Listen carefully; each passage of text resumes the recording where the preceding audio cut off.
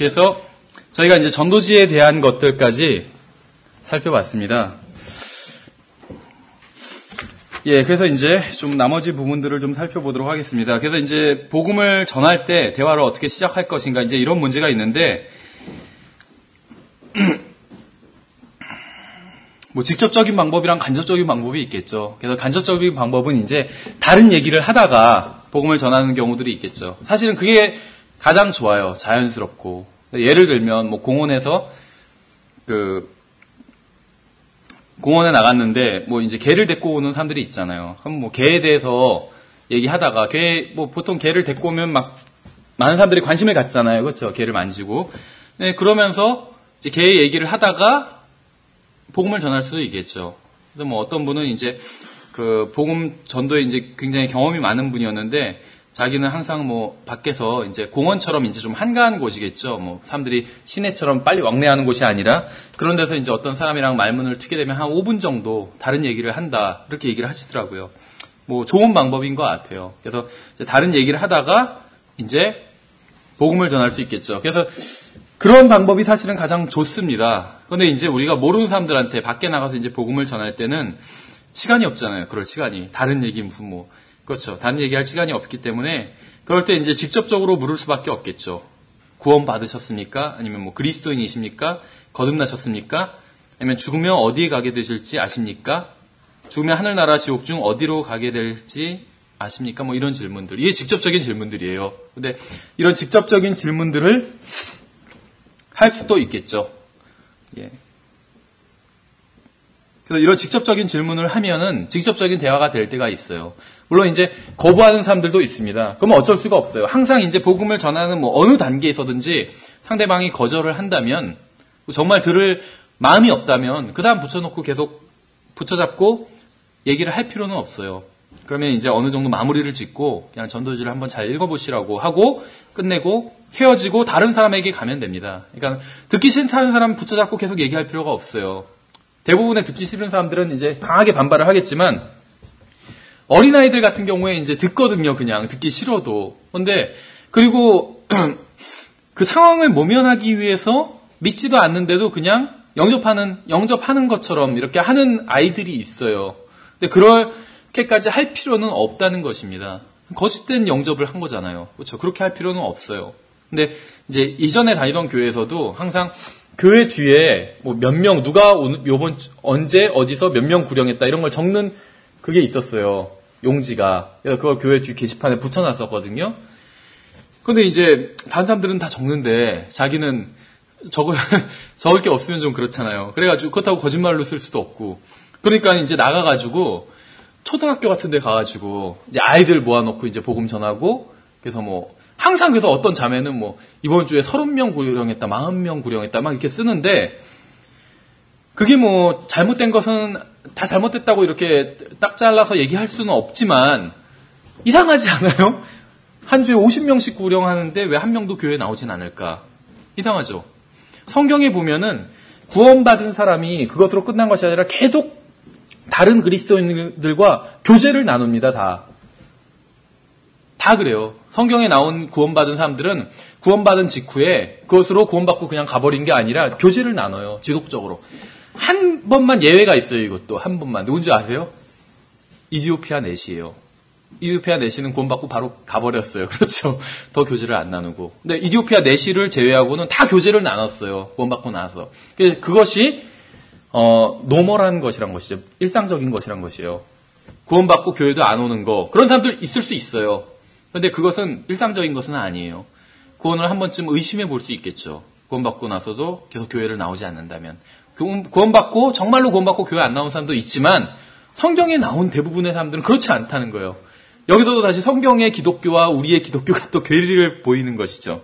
어쨌든 간에 여기서 직접적으로 묻는 것도 그 많은 경우에 직접적으로 물을 수밖에 없습니다. 그렇죠. 그래서 지금 죽으면 하늘나라에 가실지 아세요? 이렇게 직접적으로 물을 수 있겠죠. 특히 교회에 다닌다고 하는 사람들, 이런 사람들에게 더 이런 질문을 할 수가 있겠지만 약간 좀 조심할 필요는 있겠죠. 왜냐하면 이미 상대방이 교회에 다닌다고 얘기를 했는데도 불구하고 이런 질문들을 하면 이제 이단이라고 생각하겠죠. 무슨 구원파인가 이렇게 생각을 하겠죠. 그래서 좀 더 자연스럽게 사실을 이야기를 하는 것이 가장 좋습니다. 근데 이제 자연스럽게 이야기를 하다가도 언제든지 그 방향만 잡히면 복음의 궤도로 올 수 있어야 돼요. 그러기 위해서는 깨어 있어야 되겠죠. 그러니까는 우리가 대화를 하는 것, 그렇다고 무슨 뭐 노이로제에 걸린 것처럼 항상 복음을 전해야 된다 이런 것은 아니겠지만 어떤 사람과 대화를 항상 할 때 유념해야 될 것이 이 사람에게 내가 언젠가 복음을 전할 수 있다. 그런데 지금이 그 언젠가일 수도 있다는 것이요. 예를 들면 아파트 경비 아저씨와 요즘은 한 동에 경비 아저씨가 한 분이 계신 게 아니라 수희 아저씨가 저희도 세 동이 있는데 한 분이 계시더라고요. 이렇게 묶어서 관리비 절감 차원에서 그런 것 같아요. 그러다 보니까 이제 그 경비 아저씨와 마주칠 일이 좀 많아지는데 언젠가 복음을 전할 수도 있겠죠. 근데 그 언젠가가 또 지금이 될 수도 있는 것이죠. 그래서 깨어 있어야 돼요. 다른 얘기를 하다가도 정말로 복음을 전하기 좋은 그러한 얘기가 나올 수도 있거든요. 그렇죠. 가끔 그런 사람들 봤어요. 갑자기 교회에 좀 다니고 싶은데 이 교회를 추천해줬으면 좋겠다 누가. 그런 얘기를 하는 사람 들어본 적이 있어요. 온라인상에서. 교회를 추천해달라고 하더라고요. 그래서 이제 교회를 추천해주고 쪽지를 보내가지고 이제 잠깐 복음을 짤막하게 요약해서 전해준다든지. 그러니까 복음을 전하기 아주 좋은 순간이 올 때가 있습니다. 그래서 일상적인 대화를 나누다가도 복음을 전하기 좋은 그러한 기회가 온다면 언제든지 복음을 전할 수 있도록 깨어 있어야 된다는 것이죠. 그래서 우리는 첫 마디를 어떻게 열어서 복음으로 인도할 것인지를 생각해야 되고 그것을 위해서 항상 깨어 있어야 되고 또 기도하고 있어야 됩니다. 자신이 상대하고 있는 사람이 어떤 사람인지를 파악해서 그 사람이 흥미를 느낄 수 있는 성경 구절을 생각하고 또 첫 마디를 던지는 것도 좋은 방법이 될 수 있다는 것이죠. 또 적당한 성경 구절로 첫 마디를 던지기 위해서는 반드시 또 성경을 잘 알아야 되겠죠. 그래서 우리나라 말로는 좀 적용이 안 되는 것들도 있고 또 어쨌든 간에 우리나라는 아직 기독교 문화다 이런 것은 좀 아니잖아요. 근데 이제 영어로 된 그런 자료들을 보면 좀 재미있는 간증들이 많이 나와요. 그래서 예를 들면 어떤 목사님이 그 변호사와 만나서 얘기를 하는데 성경에서는 변호사에 대해서 하시는 말씀도 있습니다. 그러니까 상대방이 정말요 하면서 굉장히 관심을 보였다고 그래요. 근데 성경에서 사실은 우리 성경이 율법사라고 나온 것이 로이어가 변호사잖아요. 그렇죠. 그래서 딱 찾아서 보여주는 구절이 그거였다고 그래요. 화 있을진저 너희 율법사들이요. 그 말씀인데 그 변호사가 그러니까 거기서는 로이어예요. 그러니까 영어로 하면은 그렇게 해석이 화 있을진저 너희 변호사들이요. 이렇게 될 수도 있겠죠. 근데 그 변호사가 그걸 보더니 화를 내는 게 아니라 상당히 흥미를 느꼈다고 그래요. 변호사들에 대한 말씀도 있구나. 경고의 말씀이죠. 아마 이해를 했을 거예요. 변호사들이 많이 그렇게 막 사기를 치는 건 아니지만 의뢰인들을 어떻게 보면 착취한다고 그러면 뭐하지만 하여튼 간에 많이 좀 그러잖아요. 그래서 변호사들이 부러움을 받을지언정 존경을 받지 못하잖아요. 그렇죠. 그래서 그 사람들이 그 화 있을진저 너희 변호사들이요. 그 말씀을 보고 그 변호사가 상당히 성경에 관심을 갖게 됐다고 해요. 근데 우리나라랑은 좀 다르죠. 그런 얘기가. 어쨌든지 간에 적당한 얘기를 하게 될 수 있는 그러한 있도록 기도를 하는 게 중요하겠죠. 그리고 항상 대화할 때도 깨어 있는 것이 중요하겠죠. 그래서 사실은 이제 우리나라와 같은 문화에서는 약간 좀 어려움이 있습니다. 그리고 이제 우리가 가지고 있는 핑계일 수는 있지만 어떻게 보면 또 다른 어려움이 무엇이냐면 과거 이제 7, 80년대에는 어쨌든지 간에 기독교가 성장세에 있었어요. 그래서 근데 지금은 성장세가 아니라 이제 감소세에 있잖아요. 그렇죠? 1000만 기독교인이다 정점을 찍고 지금 이제 860만까지 2년 전에 그렇게 내려왔잖아요. 지금은 더 내려왔을 거예요. 그래서 자신의 종교를 기독교라고 적는 사람이 이제 적지 않게 된 사람이 더 많게 된 거예요. 그래서 계속 내려가고 있어요. 그러니까 뭐냐면 어쨌든지 간에 우리나라에서도 한번 정점을 찍고 이제는 그 하락세에 들어가게 됐다는 것입니다. 그렇기 때문에 더 이제 기독교 얘기를 하고 성경 얘기를 하고 이런 것들이 사람들이 잘 몰라도 그냥 대충 알고 이제 거부감을 느낀다는 것이요. 그래서 조금 더 어려움이 있겠죠. 게다가 기독교에 대해서 어떤 뿌리가 깊은 그런 기독교 문화도 아니에요. 우리나라는 그렇죠. 그래서 조금 더 어려움은 있어요. 어떤 성경적인 얘기를 이렇게 자연스럽게 하는 것이 어려움은 있습니다. 그런데도 의외로 제가 경험한 걸로는 어떤 것이 있냐면 아예 교회를 아예 안 다니는 사람이 아니라 과거에 교회를 다녔었어요. 아니면 지금도 다니고 있어요. 하여튼 간에 그런데 기독교에 대한 흥미를 약간은 잃었어요. 근데 그렇게 된 어떤 계기가 있었겠죠.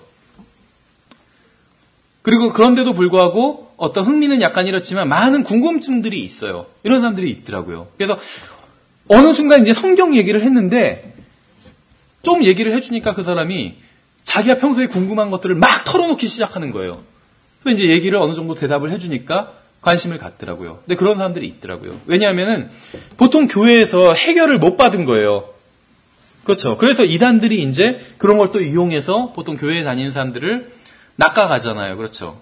그래서 이 복음을 전하는 거를 이제 낚시라고 한다면 지금은 바다에 가서 낚시를 하는 게 아니라 순전히 남해 수족관에 가서 낚시를 한다. 이렇게 얘기를 하잖아요. 남해 어항에 낚싯바늘을 들여서 물어가고 그런 얘기가 많더라고요. 제 아버지가 아는 분이었는데 구원을 받았어요. 그래서 이 사람이 동양 종교에 관심이 있다가 관심을 끊고 성경에 관심을 갖게 됐어요. 그런데 이제 이 사람이 교회를 가려고 그러니까 이 사람 주변에 있던 전도사들이 여러 명 있었는데 전도사랑 또 목사님들이 서로 싸우는 거예요. 자기 교회로 데리고 가려고. 한 명 구령하기가 힘드니까 그 사람을 어떻게든지 차지하려고. 어쨌든지 간에 이렇게 기존의 교회 생활을 하다가 구원받지 못한 채 교회 생활을 하다가 하던 사람들도 있어요. 그래서 다분히 지금 교회는 안 다니지만 어느 정도는 또 호감을 성경 얘기에 호의를 보이는 사람들도 있습니다. 많지는 않겠지만. 그래서 또 그런 사람들과는 얘기를 하다 보면 충분히 그 복음을 전할 수 있는 그러한 여건이 될 수 있다는 것이죠. 베드로전서 3장 15절에서는 오직 너희 마음속에서 주 하나님을 거룩히 구별하고 너희에게 너희 속에 있는 소망에 관한 이유를 묻는 모든 사람에게 대답할 것을 항상 예비하되 온유함과 두려움으로 하며 이렇게 말씀하고 있죠. 준비를 하래요. 뭘 준비하냐면 우리 속에 있는 소망에 관한 이유를 묻는, 소망에 관해서 사람들이 물을 것을 대비를 하고 있으래요. 여러분들 다 소망을 갖고 계시죠? 유일한 소망, only hope, 예수 그리스도잖아요. 그렇죠? 우리가 가지고 있는 소망은 예수 그리스도에 대한 것이에요. 하늘나라가 우리 소망은 아니에요. 하늘나라에 갔는데 예수님이 없으면 의미가 없어요. 그렇죠? 예수님이 있어야지 의미가 있어요. 그렇죠? 예수님이 있으면, 예수님이 지상으로 내려오시면 하늘나라가 지상으로 내려오잖아요. 천년왕국이 되는 거죠. 예수님이 계셔야지 의미가 있는 거예요. 예수님이 없으면은 하늘나라라 할지라도 그건 하늘나라가 아니에요, 이미. 그렇죠? 그래서 예수님이 우리의 소망이에요. 그래서 그 소망에 대해서 준비를 하고 있어야 됩니다. 사람들이 물어보면 대답할 수 있도록. 근데 여러분들은 준비가 돼 있으신가요? 모르겠어요. 저도 한번 저 자신을 곰곰이 생각해보면 얼마만큼 얘기해 줄 수 있을까? 그렇죠. 예수님에 대해서 물으면. 여러분 어떠세요? 한 5분 얘기하면 떨어질까, 얘기거리가. 10분. 2시간, 3시간 얘기할 수 있으세요?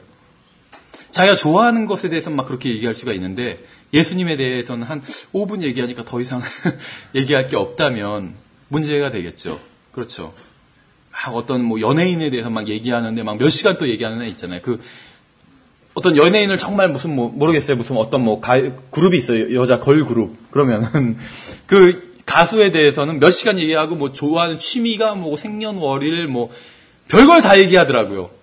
무슨 뭐 그렇죠. 근데 예수님에 대해서는 부끄러운 것 같아요. 우리가 그 정도로 얘기하지 못한다면. 그렇죠. 그래서 우리가 예수 그리스도에 대해서 해야 되는 것들을 준비해야 됩니다. 또 예수 그리스도에 관해서 사람들이 물을 것을 대답할 준비를 하되 항상 예비하고 온유함으로 하라고 했어요. 그렇죠. 화내지 말고 온유함으로. 항상 온유함으로 예비하라고 했어요. 어떤 분들도 막 화내는 분들이 있더라고요. 인터넷 카페에서도 그런 카페가 있어요.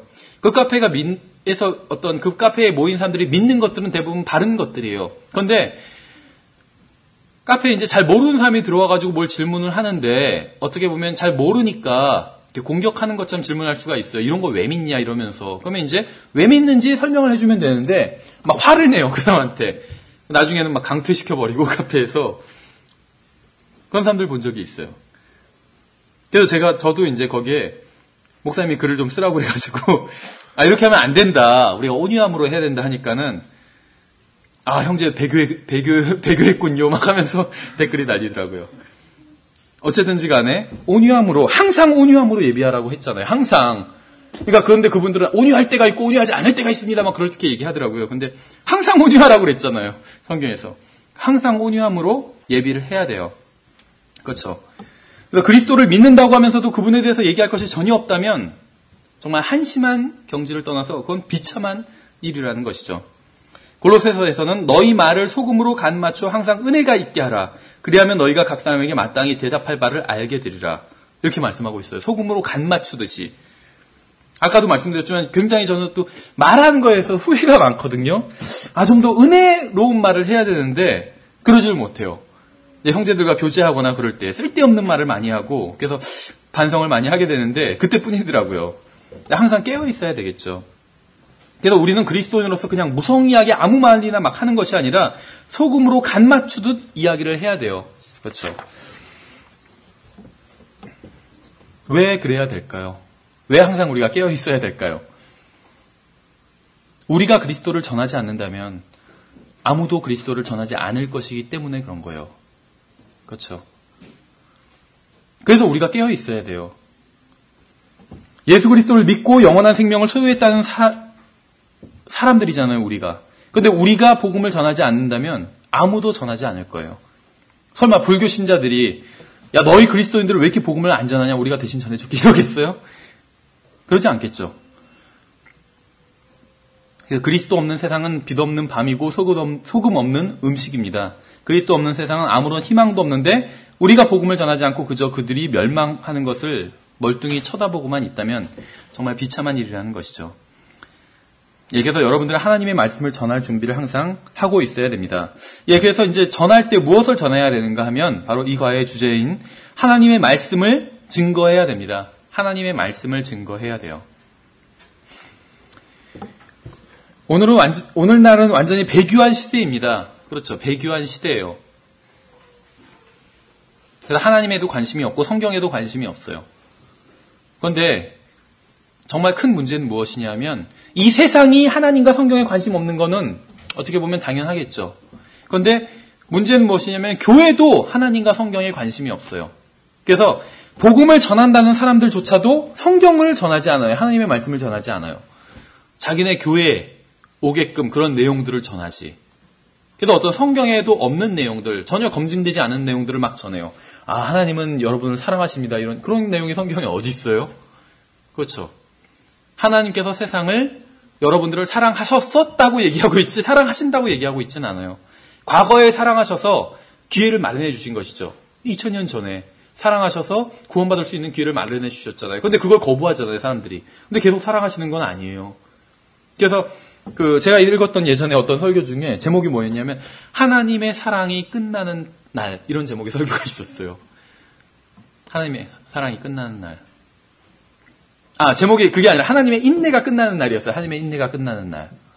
지금은 하나님께서 인내하고 계신데 언젠가는 하나님의 인내가 끝날 거라는 거예요. 하나님의 인내가 영원한 게 아니에요. 끝나요. 그렇죠. 그게 심판의 날이잖아요. 근데 하나님의 사랑이 끝나는 날이 와요. 지금은 이제 하나님께서 참고 계신데 그 참으시는 것이 끝나는 날이 온다는 것이죠. 물론 그리스도인들을 향한 사랑은 영원할 거지만 그리스도를 거부하는 사람들을 하나님께서 계속 사랑하시는 것이 아니에요. 그렇죠. 그래서 오늘날의 문제는 교회조차도, 이 세상은 말할 것도 없고 교회조차도 성경으로 복음을 전하지 않는다는 거예요. 자기네들이 어떤 개발한 어떤 그 시스템 이런 것으로 복음을 전하려고 하지 성경으로 전하지 않는다는 것이죠. 그래서 뭐 로마서의 길 이런 거 한 몇 구절 보여주고 나서는 그냥 영적 기도로 바로 인도한다든지 그런 식으로, 그러니까 성경적인 복음이 아니라는 것입니다. 복음을 전할 때 가장 적절한 방법은 성경을 보여주고 죄인이 그것을 읽고 스스로 깨닫게 하는 것이에요. 그러니까 억지로 하는 것은 아닙니다. 억지로 하는 것은 아니에요. 그래서 항상 제가 강조하는 말이 있죠. 복음을 믿는 것은 IQ의 문제가 아니다. 그렇죠. 믿는 사람 중에서도 똑똑한 사람이 있고 어리석은 사람이 있고 믿지 않는 사람 중에서도 똑똑한 사람이 있고 어리석은 사람이 있어요. 그럼 복음의 문제는 IQ의 문제가 아니라는 거죠. 복음의 문제는 무슨 문제냐면 원하느냐 원하지 않느냐의 문제예요. 그렇죠. 어리석건 똑똑하건 원한다면 구원받을 수 있고 원하지 않는다면 구원받을 수 없는 거겠죠. 원하느냐 원하지 않느냐의 문제예요. 그러니까 강제로 할 수 있는 건 아니에요. 이 사람이 원하지도 않는데 이게 좋은 거니까 이거 먹어, 이걸 먹어야지 네가 살 수 있어, 이렇게 할 수는 없다는 거예요. 그렇죠. 원하지 않는다면. 그래서 원하지 않는 사람을 억지로 할 수는 없습니다. 그 하나님도 그렇게 하시지 않아요. 근데 우리가 그렇게 할 수는 없는 거예요. 그래서 그 사람이 원하지 않는다고 그러면 그 사람 앞에서 딱 증거하고 그것으로 된 거예요.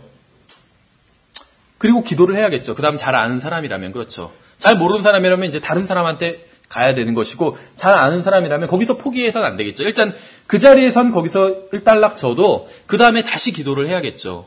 이 사람이 구원받을 수 있도록 인도해 달라고 다시 기도를 해야겠죠. 어쨌든 간에 그 사람을 강제로 믿게 할 수는 없다는 것이에요. 그런 거는 믿음이 아니에요. 그렇죠. 강제로 믿는 것은 믿음이 아니에요. 총을 딱 들이대고선 이거 안 믿으면 죽일 거야 하면 믿으면 그것은 믿음이 아니죠. 그건 로마 카톨릭이나 이슬람교의 선교 방식이잖아요. 한 손에는 코란, 한 손에는 성경. 아니, 한 손에는 코란, 한 손에는 총. 그렇죠. 총 들이대고 이거 믿을래 안 믿을래 하니까 다 믿는다고 그러지. 그거는 믿음이 아니죠. 예, 그래서 복음을 전할 때 가장 적절한 방법은 성경을 보여주고 죄인이 그것을 읽고 스스로 깨닫게 하는 것입니다. 그래서 스스로 깨달으면 복음을 받아들이게 돼 있어요. 그러니까 깨닫는 것은 자기에게 구원자가 필요하다는 사실을 깨닫게 되는 것이겠죠. 근데 그것을 깨닫지 못한다면 복음을 받아들이지 않겠죠. 그래서 하나님의 말씀을 증거하는데 물론 때에 따라서는 성경을 직접적으로 보여주면서 얘기하지 않고 말로 이렇게 얘기를 할 수도 있어요. 말로. 그런데 이제 사실 가능하면 성경을 보여주면서 그 사람에게 복음을 증거하는 것이 가장 이상적입니다. 이상적이에요. 그러니까 그렇게 하지 못할 수도 있다는 것이죠. 못한다고 해서 자책할 필요는 없어요. 자기가 충분히 복음에 관한 구절들을 암기하고 있다면 말로 증거해 줄 수 있어요. 성경에서는 이런 말씀이 있습니다 하면서 얘기를 해줄 수가 있겠죠. 모든 사람이 죄를 지었으므로 하나님의 영광에 이르지 못하더니, 성경에서는 모든 사람들, 아저씨와 저를 포함한 모든 사람이 다 죄인이라고 말씀하고 있습니다 하면서 말로 얘기해 줄 수가 있어요. 그런데 일단 성경 구절을 보여줄 수도 있겠죠. 뭐 구절을 보여주면서 이런 구절을 한번 본 적이 있으세요? 이렇게 물어볼 수도 있겠죠. 그런데 이제 이렇게 하기 위해서는 전제가 무엇이냐면, 제가 하나님의 구원 계획에 대해서 아니면 뭐 복음에 대해서 무엇이라도 좋아요. 하여튼 간에 하나님의 말씀을 전하려고 하는데 잠깐 시간을 내어주실 수 있으세요? 이렇게 양해를 먼저 구했는데 그 사람이 그렇게 해보라고 했을 때 뭐 5분 아니면 10분 이렇게 시간을 내실 수 있으세요? 했는데 그 사람이 그렇게 허락했을 때 이런 이제 얘기가 진행이 되는 겁니다. 허락하지도 않았는데도 막 하는 사람이 있어요. 모르겠어요. 그것이 다 잘못됐다, 싸잡아서 이렇게 얘기할 수는 없는 것 같아요. 지금 우리가 이제 복음을 증거하는 방법에 대해서 공부하고 있잖아요. 근데 이런 방법에 대한 거 어느 거 하나가 뭐 절대적이다 이렇게 볼 수는 없어요. 그렇죠. 꼭 어느 거 하나만 바르고 나머지는 다 잘못됐다 이렇게 얘기할 수는 없는데, 왜 이런 말씀을 드리냐면 듣기 싫은데도 막 따라가서 계속 얘기하는 분들을 봤어요. 근데 그렇게 복음을 전하는 분의 그 심정은 이해가 가요. 그렇죠. 그 사람이 구원받았으면 하니까 하시는데 사실은 효과적이지 않은 경우들이 많습니다. 복음을 듣기 싫어요. 그래서 지금 듣기 싫다고 하는데도 계속 그러면서 길을 가는데 그 사람을 계속 따라가면서 얘기를 해요. 옆에서 아저씨는 죄인이시고 하면서 막 성경 인용해서 계속 얘기하더라고요. 그 사람 듣지를 않죠. 그러면 의미가 없다는 거예요. 그래서 이제 이런 복음을 막상 이제 증거해야 할 때 하는 말들이 있잖아요. 죄인이고 뭐가 어떻게 됐고 막 그런 얘기들을 할 때는 미리 그 사람이 이제 시간을 양해해 줄 때, 자기가 듣겠다 했을 때 이런 얘기를 하는 것이지, 듣겠다고 허락도 안 한다면 이런 얘기를 할 필요가 없어요. 그냥 전도지만 주고 그럼 나중에 읽어보시라고 하고 헤어지면 그만이에요. 그러니까 억지로 하려고 하면 안 된다는 것입니다. 그렇죠. 하나님도 그 사람의 인격을 존중해 주시는데 왜 우리가 함부로 할 수는 없는 것이죠. 그 사람이 지금은 마음이 없어서 안 들어도 나중에 마음이 생겨서 들을 수도 있어요. 그런데 지금 내가 망쳐버리면 막 억지로 막 얘기를 하면 그 사람의 기분이 확 상할 거 아니에요. 그럼 그래서 속으로 이거 기독교는 역시 이렇게 막 강요하는구나 이렇게 해서 기독교에 대해서 문을 닫아버릴 수도 있잖아요. 성경에 대해서 문을 닫아버릴 수도 있죠. 그래서 억지로 하면 안 된다는 거예요. 그 사람이 지금은 관심이 없어도 나중에 관심이 생길지 어떻게 알아요. 그래서 그때를 위해서 지금은 최대한 어떻게 보면 나이스하게 신사적으로 해야 된다는 것입니다. 근데 이제 상대방이 허락해 줄 때가 있어요. 모르겠어요. 공원 같은 데 가서 복음을 전해보면 한 10명에서 1명 정도는 허락해 줘요. 하나님이 구원 계획을 전해드리려고 나왔는데 잠깐 들어보실래 하면은 들어보겠다고 하는 사람이 있어요. 없을 것 같으면 있어요. 10명에 1명 정도. 그럼 이제 그 사람한테 얘기를 해주면 됩니다. 그러면서 이제 먼저 구절을 보여주면서 이제 이런 구절을 읽어보신 적이 있으십니까? 하면서 구절을 보여주면 되죠. 이런 말 자체도 사실은 상관없어요. 무슨 말을 하든지. 이 구절 한번 읽어보실래요? 어떤 말을 하든지 상관없어요. 그러니까 나중에 이제 자기만의 방법을 다 터득하게 됩니다. 그래서 이제 성경 구절을 직접 그 사람에게 보여주고 그 사람이 성경을 가능하면 읽게 하는 게 가장 좋겠죠. 그것도 반드시 항상 읽게 해야 된다는 것도 아니에요. 그러나 가능하면 그 사람이 허락을 했으니까 일단은 성경을 스스로 읽게 하는 게 좋겠죠. 그런데 이제 그 사람이 성경을 읽을 때 한국말이라 할지라도 이것을 이해를 못합니다. 자주 드리는 말씀이죠. 요한복음 3장 16절에 하나님께서 세상을 이처럼 사랑하사 독생자를 주셨으니 우리는 그 말씀이 너무 쉽잖아요. 그렇죠? 하나 이해 못할 부분이 없는데도 불구하고 구원받지 않는 사람들은 그 말씀을 보면 이해를 못해요. 여기서 말하는 세상이 누구고 사랑하셨다는 건 의미가 뭐고 그렇죠? 왜 독생자를 주셨고 왜 그를 믿는 자는 멸망하지 않고 영원한 생명을 받게 되고 전혀 이해를 못해요. 그게 뭔지를 영원한 생명이 뭐고 멸망한다는 게 뭐고 그냥 죽으면 끝난다는 건가 이렇게 생각할 수도 있죠. 근데 성경에서 말씀하시는 멸망은 그게 아니잖아요. 그러니까 그 의미를 전혀 모른다는 거예요. 그래서 그 사람한테 성경 말씀을 보여주고 나서는 그 말씀이 무슨 의미인지를 알려주어야 됩니다. 이것이 하나님의 말씀을 증거하는 거예요. 그래서 우리가 복음을 증거한다 할 때 두 가지 측면이 있죠. 하나는 예수 그리스도의 증인인 것이죠. 다른 하나는 또 하나님의 말씀을 증거하는 것이에요. 그래서 하나님의 말씀을 증거한다는 건 다른 게 아니에요. 하나님의 말씀을 보여주고 그 말씀이 무엇을 의미하는지 알려주는 거예요. 그렇죠? 한 번 죽는 것은 사람들에게 정해진 것이고 그 뒤에는 심판이 있는 것과 같이 하면 그게 무슨 말인지 몰라요. 죽는 게 정해졌다? 그래 뭐 죽는다 치죠. 근데 뭐 심판이 있다? 그게 무슨 말인지 뭐 염라대왕 만난다는 건가? 그렇게 생각할 수도 있죠. 무슨 말인지 몰라요 그게. 그래서 그 말씀을 보여주고 나서는 그걸로 끝이 아니라 구원받지 않은 사람은 그게 무슨 말인지 몰라요. 그래서 그 말씀을 보여주고 나서는 그 말씀이 의미하는 것이 무엇인지를 설명해 주는 거예요. 아 여기 이 말씀은 죽으면 그것으로 끝나는 것이 아니라 죽고 나면 하나님을 보게 된다는 것이요. 그래서 하나님의 심판대 앞에 서게 된다는 것입니다. 근데 그 심판으로 끝나는 것이 아니에요. 하면서 쭉 설명을 해줄 수가 있겠죠. 또 필요할 때는 이제 성경 구절, 다른 구절을 보여주면서 할 수도 있어요.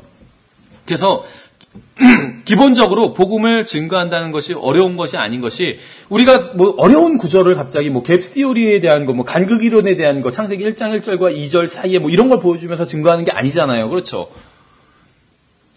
그런 거에 대해서 얘기할 때는 저도 어떤 구절을 까먹어요. 관련 구절들을. 그럼 어떤 때는 적어놓기도 해요.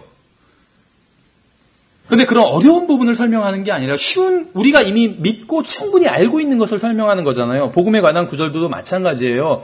어떤 뭐 수십 구절을 보여줘야 되는 것도 아니거든요. 그 사람이 받아들인다면 몇 구절 내로 복음 증거하는 것이 끝날 수도 있어요. 그 설명이. 어쨌든지 간에 우리가 충분히 믿고 있고 알고 있는 것, 내가 아는 것을 믿는 거니까 알고 있고 믿는 것을 그 사람에게 보여주고 그 구절을, 그 다음에 그 하나님의 말씀을 보여주고 그 말씀이 무슨 의미인지를 그 사람에게 설명해 주는 것이 바로 복음을 증거하는 것이란 것이죠. 그러니까 어려운 것은 아니라는 것이에요. 우리가 모르는 걸 증거하는 것이 아니라 아는 것을 증거하는 것이기 때문에. 그러니까 죄인들은, 이 세상 사람들은 성경이 무엇을 말씀하시는지 온전히 이해하지를 못합니다. 그러므로 복음을 전하는 사람은 상대방으로 하여금 성경을 읽게 하고 또 질문을 던지면서 그 구절을 생각나게 해야 돼요. 그렇죠. 질문도 잘 던져야 되겠죠. 그 사람이 막 딴 쓸데없는 얘기를 그렇게 길게 하지 않도록 잘 던져야 되겠죠. 원래 이 질문이란 것이, 그러니까 답변을 받기 위해서 질문을 하잖아요. 근데 좋은 질문이 좋은 답변을 받거든요. 또 구체적인 질문이 구체적인 답변을 받아요. 그렇죠. 어쨌든지 간에, 그래서 질문을 잘 던져야 되는데, 질문을 잘 던지기가 어렵다면, 그러니까 질문을 던진다는 건 뭐냐 하면은, 이 구절이 누구를 위해서 기록된 것일까요? 이런 식으로 질문을 던질 수가 있어요. 여기서 말하는 세상이, 요한복음 3장 16절을 읽으면서, 여기서 말하는 세상이 누굴까요? 그럼 그 사람 몰라요. 그게 뭔지. 그럼, 여기서 말하는 세상은 바로 아저씨와 저를 포함한 우리를 말하는 거예요. 이 세상에 사는 사람들을 말하는 겁니다. 그럼 그 사람이, 이제 알았죠. 여기서 말하는 세상이 무엇인지. 그래서 질문을 던지는 게 바로 내가 설명할 것과 관련 있는 걸 질문을 던지는 거예요. 근데 그런 게 적절한 질문을 던지지 못하겠거든. 질문을 생략하고 그냥 설명을 해주면 돼요. 여기서 말하는 세상은 아저씨와 저를 포함한 세상입니다. 여기서 말하는 멸망은 멸망하지 않고라고 했는데 멸망은 죽는 것으로 끝난 것이 아니라 죽어서 지옥에 가는 것을 말하는 것이에요. 그리고 여기서 말하는 영원한 생명은 구원받고 죽어서 지옥에 가지 않을 뿐 아니라 하늘나라에 가서 하나님과 영원히 살 수 있는 것을 말하는 것입니다. 이렇게 설명을 해줄 수가 있겠죠. 뭐 표현이 약간씩 다를 수 있겠지만. 예. 그래서 여러 부류의 이제 사람들에게 복음을 전하는 그런 것들을 좀 생각해 보도록 하겠습니다. 성경에서 여러 가지 주제가 나오는데 가장 중요한 주제 중에 하나가 바로 죄와 또 의에 대한 것입니다. 의. 그런데 모르겠어요. 과거에는 어땠는지는 잘 모르겠는데 이제 저는 그 인터넷을 그래도 자주 하다 보니까 뭐 뉴스나 모든 걸 다 인터넷으로 하거든요. 시장 보는 것까지. 지금 어머니가 이제 그 누나 때문에 미국에 가 계셔도 안 계신데 시장도 인터넷으로 봐요. 요즘은. 이것도 인터넷으로 산 거예요, 이것도. 검색하다 보면은 나와요, 하여튼 간에. 그래서 인터넷으로 다 하고 있는데, 그러다 보니까 인터넷은 익명성이 있잖아요. 그러니까 자기를 드러내지 않고, 익명에 숨어서 자기가 하고 싶은 자기 솔직한 얘기들을 다 하거든요. 그렇죠. 익명으로 얘기하면 자기 솔직한 얘기 다 할 수 있잖아요. 그러다 보니까 솔직한 얘기들이 나오는데, 대부분이 그런 얘기 뒤에 숨어 있는 것이 자기가 의롭다는 거예요. 자기가 의롭다. 근데 그것을 자기가 직접 얘기하기엔 참 민망하잖아요. 그렇죠. 남이 나를 의롭다고 해주면 좋겠는데 아무도 또 그건 잘 안 해요. 그러니까 자기 스스로 의로운 걸 드러내고 싶은데 그걸 직접 말하긴 좀 그렇잖아요. 그런데 인터넷에서는 익명성이 보장되니까 자기가 의롭다는 걸 노골적으로 나타냅니다. 그래서 막 어떤 논쟁을 하다가 이제 한쪽으로 나중에 시간이 흘러서 한쪽이 옳다는 것이 드러났어요. 여러 가지 사건을 통해서. 그러니까 봐라. 내가 이렇게 주장했던 게 이렇게 옳지 않냐 하면서 너희들처럼 나는 어리석은 선택을 하지 않았다. 막 노골적으로 얘기하는 사람들이 있어요. 그래서 결국 의의 문제가 있다는 것이죠.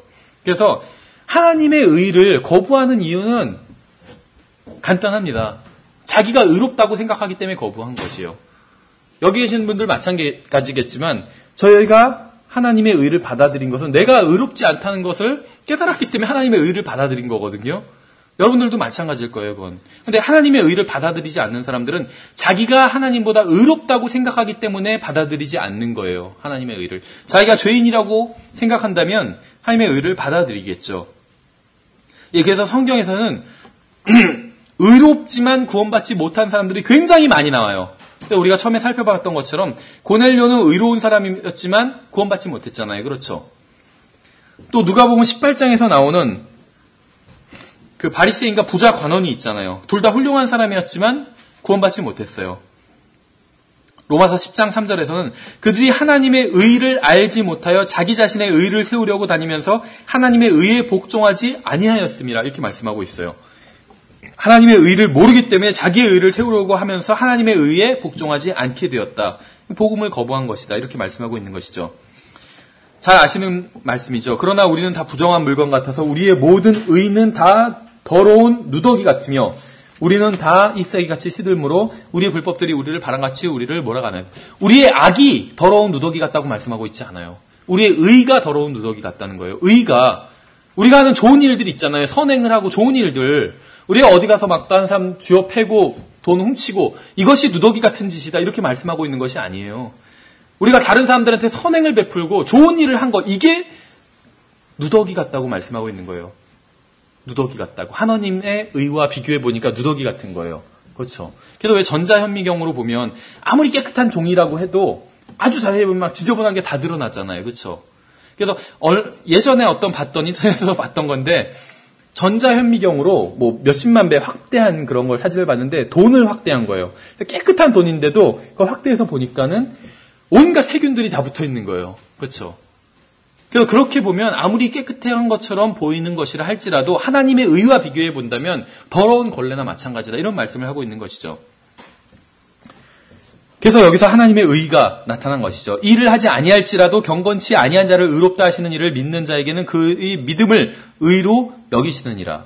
이게 칭의인 것이죠. 그래서 어떠한 행위 없이도 의롭게 될 수 있는 방법을 하나님께서는 마련해 두신 것이에요. 왜 그러냐 하면 그것이 바로 모든 사람이 구원받을 수 있는 방법이기 때문에 그런 것이죠. 의로운 사람만 구원받는다고 한다면 의를 행할 힘도 없는 사람들, 능력도 없는 사람들은 구원받지 못하는 거잖아요. 그게 잔인한 거란 거죠. 그렇죠.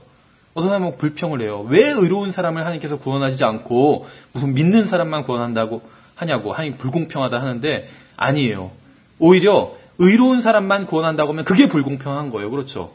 의를 행할 힘도 없는 사람도 있잖아요. 모르는 사람들, 그렇죠? 지혜도 없고 지식도 없고 돈도 없고 능력도 없어서 다른 사람을 의롭게 할 다른 사람에게 의를 베풀 게 아무것도 없는 사람도 있어요. 그럼 그런 사람들 어떻게 구원받아요?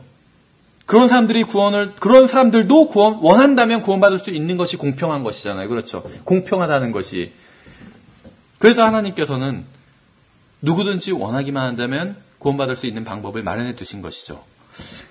예, 그래서 자신이 의롭다고 생각하는 사람을 다룰 때 주의할 점들이 있습니다. 무엇이냐면, 너무 급격하게 결단을 내리지 않도록 하라는 것이요. 이 얘기는 좀 알 것 같기도 하고 좀 모를 것 같기도 한데, 무슨 말이냐면, 결과적으로 계속 자기의 의를 계속해서 믿고 있는 사람은 구원받지 못한 사람이거든요. 예수님을 어떤 사람이 믿는다고 고백을 한다 할지라도 자기가 그래도 다른 사람보다는 낫고 의롭다고 생각하는 사람은 구원받지 못한 사람이에요. 그렇죠.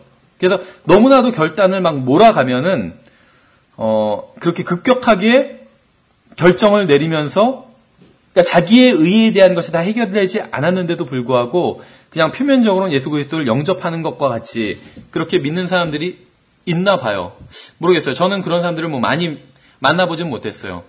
어떻게 보면 솔직한 얘기를 못 나눠서 이제 이런 것이 드러나지 않았을 수도 있는데, 예, 그래서 어쨌든지 간에 너무 결정을 그러니까 몰아가지 않도록 하라고 이렇게 얘기를 하고 있는데, 왜 이런 얘기를 하나 다른 식으로 생각을 해보면, 미국에서 이제 근본주의 교회들에서 복음을 굉장히 자주 전합니다. 교회 내에서. 그 설교가 끝나면 이제 초청 시간이 있어요. 그런데 굉장히 압박을 가해요, 압박을.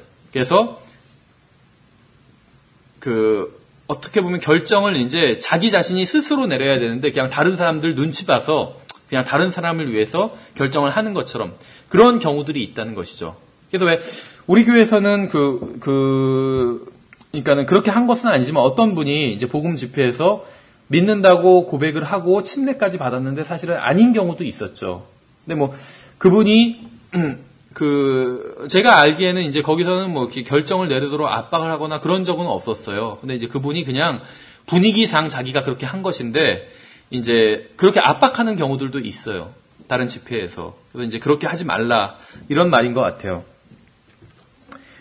자기의 의에 대해서 조금이라도 희망을 가지고 있다면 절대로 구원받을 수가 없습니다. 절대로.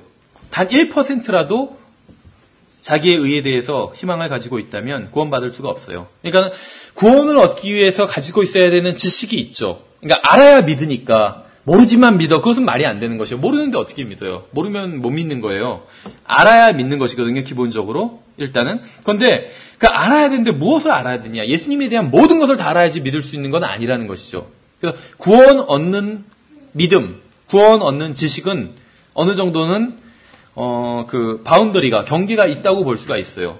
그래서 무엇을 믿어야지 구원을 얻냐 하면 바로 예수 그리스도께서 나의 죄를 대속하셨다. 그래서 내가 예수 그리스도가 아니었다면 지옥에 갈 수밖에 없는 그런 죄인이었다. 내가 구원받을 수 있는 유일한 방법이 예수 그리스도밖에 없다. 이렇게 이거는 알아야 돼요. 최소한. 그렇죠. 내가 예수님 믿고 구원받았지만 다른 길로도 구원의 방법이 있다. 이렇게 생각한다면 그것은 구원을 의심해 볼 수밖에 없어요. 그것은 정확히 복음을 알고 있는 것이 아닙니다. 예. 그래서 자신이 의롭다고 생각하는 사람들은 나쁜 일을 하는 사람은 지옥에 가고 선한 일을 하는 사람들은 하늘나라에 간다고 생각을 해요. 이것이 이제 인간이 생각하는 어떤 종교, 사후세계에 대한 기본적인 생각입니다. 그러나 성경에서는 이것은 성경적인 생각은 아니죠. 사람이 지옥에 가는 것은 나쁜 일을 해서만이 아니라 하나님께서 하라고 명령하신 좋은 일을 하지 못하기 때문에 지옥에 가는 것이에요. 그렇죠. 그래서 우리가 주제별 성경 공부, 지금 주일 오전 성경 공부 시간에도 말씀을 드렸는데, 사람이 죄를 용서받으면 지옥에 가진 않겠죠. 근데 죄만 용서받으면 하늘나라에 갈 수는 없어요. 죄를 용서받으면 지옥에 가지 않는데, 하늘나라에 가기 위해서는 의가 있어야 돼요, 적극적으로. 죄라는 건 마이너스라면 의라는 건 플러스잖아요. 그러니까 마이너스가 있으면 지옥에 가요. 그런데 마이너스가 이제 없어졌어요. 그럼 0이에요. 플러스는 없고 아직. 그러면은 하늘나라에 갈 수는 없어요. 플러스가 있어야지 하늘나라에 가요. 근데 의가 있어야지 플러스가 있는 것이죠. 그래서 하늘나라에 갈 수 있는 것이에요. 근데 마찬가지로 사람이 지옥에 가는 이유가 단순히 나쁜 일을 해서만이 아니라 나쁜 일을 하는 것도 있지만 또 하나님께서 하라고 하신 일을 하지 않기 때문에 지옥에 가는 것이죠. 그래서 왜 이런 질문 하잖아요. 평생 악하게 살아온 사람이 사형을 당하기 1분 전에 예수 그리스도를 믿는다면 구원을 받나요? 이런 질문 하는 사람들 있죠. 구원 받아요. 성경에 의하면. 평생 악한 일을 한 사람도 예수 그리스도를 믿으면, 죽기 1분 전에 예수 그리스도를 믿으면 구원을 받죠. 그러면 자기처럼 평생 선하게 살아온 사람이 예수 그리스도를 믿지 않으면 지옥이 가나요? 이렇게 묻죠. 아무리 선하게 살아도 예수 그리스도를 믿지 않으면 지옥에 가죠. 그래서 러크마니즘은 그렇게 대답하더라고요. 예, 그렇습니다. 선생님같이 선하고 겸손하신 분은 좀 덜 뜨거운 지옥에 떨어지게 될 것입니다. 이렇게 얘기하는데 지옥도 등급이 있다고 얘기를 하잖아요. 근데 그게 어디서 나온 말이냐, 어디서 생각이냐면 심판 때에 너희가 더 큰 정죄를 당하리라 이렇게 말씀이 있잖아요. 그렇죠? 니네 사람들아 심판 때에 너희가 더 큰 정죄를 받으리라. 그래서 정죄도 등급이 있다. 성경에 있는 생각이라는 것이죠. 그래서 지옥에도 분명히 등급이 있을 것이다. 이런 이제 얘기를 하는 것입니다. 성경에 의하면 이것이 사실인 것이죠. 죽기 1분 전에 예수 그리스도를 믿는다면 구원을 받아요. 근데 그걸 굉장히 억울하다고 생각해요. 왜? 그렇죠. 평생 악하게 산 사람이 죽기 1분 전에 예수님을 믿는다고 해서 구원받는다는 것은 억울하다, 불공평하다 이러는데 어떻게 보면 그게 공평하지 않은 처사일 수도 있어요. 그렇죠. 죽기 1분 전에 예수님을 믿는다고 해서 구원을 받는다? 상당히 그것은 좀 불공평한 것 같은데 사실은 그런 말을 하는 그 사람을 위한 거예요. 그게. 그렇죠. 자긴 괜찮을 줄 알아요. 하나님 앞에서. 자기 죽으면 지옥에 간다는 걸 생각 안 하는 거죠. 자기가 생각하는 좋은 것만 생각하지 자기가 지은 죄에 대해서는 생각을 안 하는 거죠. 그런데 죽기 1분 전에 예수님을 믿으면 구원을 받을 수 있다. 이것은 그게 불공평하다고 불평하는 그 사람들을 위한 거예요. 사실은. 자기들도 그것을 믿으면 구원받을 수 있어요. 죽기 1분 전에라도 믿으면. 그렇죠. 예, 그래서 구원받는 데 있어서 가장 큰 걸림돌이 되는 것은 사실은 이제 무관심이고 그 다음에 또 다른 측면에 있어서는 바로 자기 의라는 것을 알 수가 있습니다. 자기 자신이 의롭다고 생각하기 때문에 하나님의 의를 받아들이지 않는 것이죠. 예, 약간 이 부분들을 이제 좀 빠르게 지나가겠습니다. 그러면 이제 이 부분을 자세히 보실 분들은 어떻게 하시면 되느냐 하면, 사실 이 부분을 이제 제가 좀 자세히 정리한 것이 저기 바람 아래서 뿌리고 구름 위에서 거둔다 그 내용입니다. 그래서 지금 2과 3과 나가고 있는 것이 자세하게 써놓은 게 바람 아래서 뿌리고 구름 위에서 거둔다 그 내용이에요. 그 제목의 의미를 아시겠죠? 전도서에서 있는 말씀이에요. 바람을 관측하는 자는 씨를 뿌리지 아니하며 그 말씀 거기서 이제 책 첫 장에서 인용을 해놨는데 씨를 뿌릴 때 날씨가 좋지 않으면 한마디로 씨를 뿌리지 않는다는 거예요. 그렇죠? 씨 뿌리기 좋은 날에 씨를 뿌리겠죠. 이 세상에서는. 그런데 하나님의 말씀에 씨를 뿌리는 자는 그런 거 상관하지 말자는 거예요. 상황이 안 좋다 할지라도 상대방이 복음을 받아들일지 어떻게 알아요? 그래서 상황을 보지 말고 하나님의 말씀에 씨를 뿌리면 나중에 그 씨를 수확하는 것, 열매를 거두는 게 우리가 이 땅에서 거두지 못할 수는 있어요. 그러나 정말 그게 열매가 싹이 나고 열매를 맺게 된다면 우리가 하늘나라에선 거둘 수 있다는 거예요. 그걸. 그래서 바람 아래에서 뿌리고 구름 위에서 거둔다. 하늘나라에서 구름 위에서 거둔다. 이런 의미로 제목을 만들어 본 건데 어쨌든지 간에 2, 3과 내용이 그 책에 이제 비교적 자세히 있습니다. 그래서 약간 좀 빠르게 지나가 보도록 하겠습니다. 자세한 것들은 좀 건너뛰고. 여기서 가장 중요한 것은 무엇이냐면 하나님의 말씀을 증거하는 것입니다. 우리가 다른 사람들에게 복음을 증거하는 것은 뭐 우리 교회를 선전하거나 이런 것이 아니라 하나님의 말씀을 증거하는 것이에요. 그럼 하나님의 말씀을 증거하는 것은 무엇이냐면 아까 말씀드린 것처럼 성경 말씀을 보여주고 뭐 아무 말씀이나 보여주는 게 아니라 복음과 관련된 말씀이죠. 우리가 충분히 믿고 있는 말씀인 거잖아요. 로마서 뭐 3장 10절, 23절, 히브리서 9장 27절 이런 말씀 우리가 다 믿고 있잖아요. 그렇죠? 복음과 관련된 말씀들. 그래서 이 복음과 관련된 말씀들을 보여주고 나서 그것으로 끝난 것은 아니에요. 증거하는 것이. 그것이 무슨 말인지 전혀 몰라요. 안 믿는 사람들은. 그래서 보여주고 나서 그 말씀을 보여주고 나서 설명해 주는 것이에요. 여기서 말하는 세상이 뭐고 멸망이 뭐고 영원한 생명이 뭐고 아들을 믿는다는 것이 뭐고 믿는다는 것은 지금 이것을 받아들이는 겁니다. 설명해 줄 수가 있죠. 충분히. 우리가 아는 지식 한도 내에서 설명해 줄 수가 있어요. 그래서 우리가 이미 믿고 있는 사람들이기 때문에 그래서 그것을 설명해 주는 것. 하나님의 말씀을 보여주고 그 말씀을 설명해 주는 것. 이것이 이제 하나님의 말씀을 증거하는 것이에요. 그래서 말씀을 증거해야 됩니다. 제가 이렇게 말하는 의도는 바로 그 의도입니다. 하나님의 말씀을 보여주고 그 말씀을 증거하면 일단 우리의 1차적인 의무는 다한 것이요. 그럼 그 다음에는 어떻게 하냐면 하나님께서 역사하시는 것이요. 성령님께서 역사하시는 것이요. 그렇죠. 그래서 뭐 우리나라 상황에는 좀 안 맞을 수도 있어요. 그런데 계속 같은 말씀만 증거하시는 사람이 있어요. 같은 말씀만. 예를 들면 천주교에 다니는 친구한테 복음을 증거하는데 적당한 말이 있겠죠. 바로 디모데전서 2장 5절이겠죠. 하나님과 사람들 사이에 한 중재자가 계시기 때문이니 사람이신 그리스도 예수시라. 이 말씀이겠죠.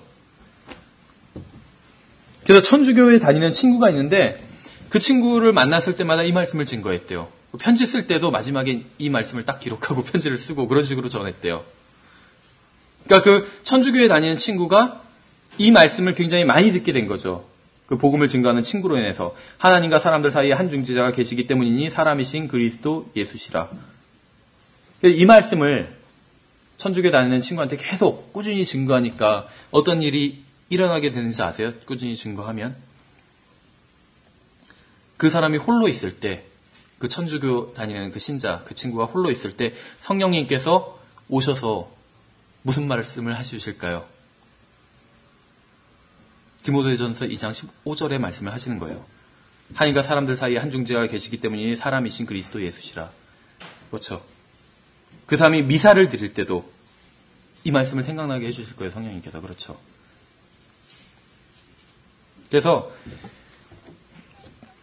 우리가 복음을 증거하는 것은 꼭 많은 구절을 증거하지 않아도 복음과 관련 있는 그 구절을 그 사람에게 증거하고 또 가능하면 그 사람이 알 수 있도록 그 말씀을 무슨 뜻인지 설명해 주는 것. 이것이 바로 하나님의 말씀을 증거하는 것이라고 볼 수가 있습니다. 예, 뭐 이단에 대해서는 성경에서는 이단에 대해서 디도서 3장 9절에서 이렇게 말씀하고 있죠. 그러나 어리석은 변론과 족보와 논쟁과 율법에 관한 다툼들은 피하라. 그것들은 무익하고 헛되니라 하면서 이단인 자는 한두 번 훈계한 뒤에 거절하라. 이렇게 말씀하고 있어요. 그래서 이단인 사람은 한두 번 훈계한 후에 하나님 말씀으로 훈계하는 것이죠. 하나님 말씀으로 지적한 뒤에 그 다음부터는 거절하면 그만이에요. 더 이상 얘기할 필요가 없다는 것이죠. 그런데 이제 이것은 나랑 관계가 없는 사람일 때 말하는 것입니다. 예를 들면 그 여호와의 증인들이 뭐 자주 찾아오잖아요, 집으로. 그랬을 때 그 찾아오는 여호와의 증인들은 나랑 내가 아는 사람들이 아니잖아요. 그래서 이런 사람들에게는 한두 번 훈계할 수가 있겠죠. 성경을 통해서. 그렇죠. 여호와의 증인들은 자기가 구원받은 것을 확신할 수 없다고 그러거든요. 왜 그러냐면 행위 구원을 가르치기 때문에. 근데 성경에서 분명히 우리가 알 수 있다고 그랬잖아요. 그렇죠. 그래서 그런 구절을 보여주면서 훈계할 수가 있겠죠. 그런데 이제 문제는 뭐냐면은 내가 잘 아는 사람들, 내 가족이나 친척이나 친구나 이런 사람들도 한두 번 훈계한 뒤에 거절해버려서 다시는 안 만나는 것이냐? 그런 것은 아니에요. 그런 사람들에게는 꾸준히 증거를 해야 됩니다. 그렇죠. 다만 이제 어떤 핵심적인 얘기만 딱 하고 증거를 하면 돼요. 그러니까 예를 들면 친구가 있어요. 예를 들면 한 달에 한 번 정도 만나는 친구가 있는데 그 친구에게는 여호와의 증인이에요. 그렇다면 핵심적인 말, 지금 구원 받으셨습니까? 이런 핵심적인 말, 구원 받았어 혹시? 이렇게 물어볼 수 있겠죠. 여호와의 증인들은 거기에 자신 있게 대답할 수 있는 사람이 없거든요.